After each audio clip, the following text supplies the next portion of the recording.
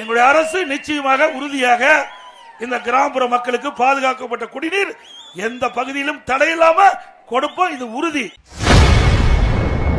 நேற்று சுற்றுப்பயணத்தின் பொழுது காலி குடங்களுடன் முன்னாள் முதல்வர் எடப்பாடி பழனிசாமி வாகனத்தை மறித்து தண்ணீர் வசதி கேட்ட பெண்களுக்கு அதிமுக ஆட்சி வந்தவுடன் குடிநீர் பிரச்சனை சரி செய்யப்படும் என வாக்குறுதி கொடுத்துள்ளார். நான் வர்ற வழியில என்ன பஸ்ஸை மறிச்சாங்க. அங்க இருக்கிற பெண்கள்லாம் வண்டியில வச்சு ஒரு 6 குடத்தை வச்சு அங்க தூரமா 1/2 கிலோமீட்டர் போய் தண்ணி பிடிச்சி அந்த வண்டியில வச்சு தள்ளிட்டு வரணுமா. என்னை தள்ளி பார்க்க சொன்னாங்க. நானும் தள்ளி பார்த்தேன். நானும் கிராமத்துல இருந்தேன்ல, தண்ணி கொடுக்கல, லைன் கொடுக்கல, ஒரே ஒரு பைப்பு தான் இருக்குது, பொது பைப்பு. இன்சூரன்ஸ் கொடுக்கறது இல்ல.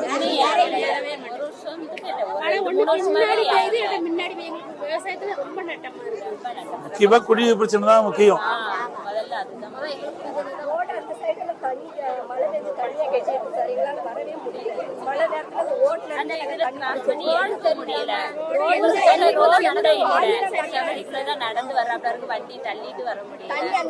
வண்டியில தான் கொண்டு போறீங்கக்கா?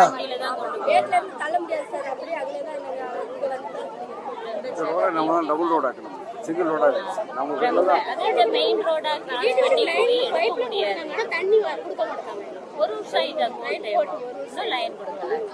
கனெக்ஷன் கொடுக்கலாம்.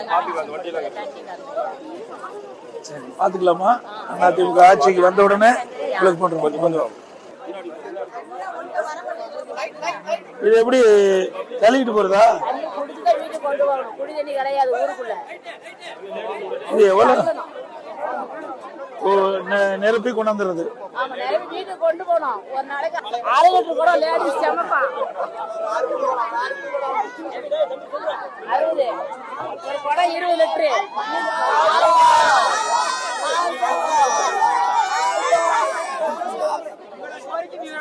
உங்களுக்கு எல்லாம் தண்ணி குடுக்கறதுக்கு தான் உங்க அம்மா மாதிரிலாம் பேசுறாங்க.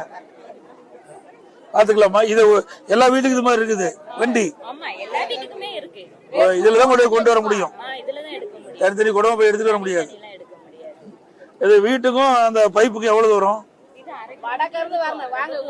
1/2 கிலோமீட்டர் வந்து கொண்டு வரணும் ஒவ்வொரு நாளும். வீடுதான் 1/2 கிலோமீட்டர் இருக்கு. தண்ணி மெயின்ல இருக்கிறதுனால ஒரு பைப்பு தானே இருக்கு. எல்லாம் காத்து கடந்து எடுக்கும் போது ரொம்ப நேரம் ஆகும். நிச்சயமா நல்லா செஞ்சிடலாமா? இந்த கஷ்டத்தை போய்க்கிடலாம். இது மாதிரி கொடுமை எங்கேயும் பார்க்கல. நான் எவ்வளவு முதலமைச்சா இருக்கிறேன், ஆனா இப்படிப்பட்ட கொடுமை இந்த பகுதியில் இருக்குது. அதை முழுவதையும் அகற்றப்படும். தேவையான அளவுக்கு குடிநீர் வசதி செய்து கொடுப்போம்.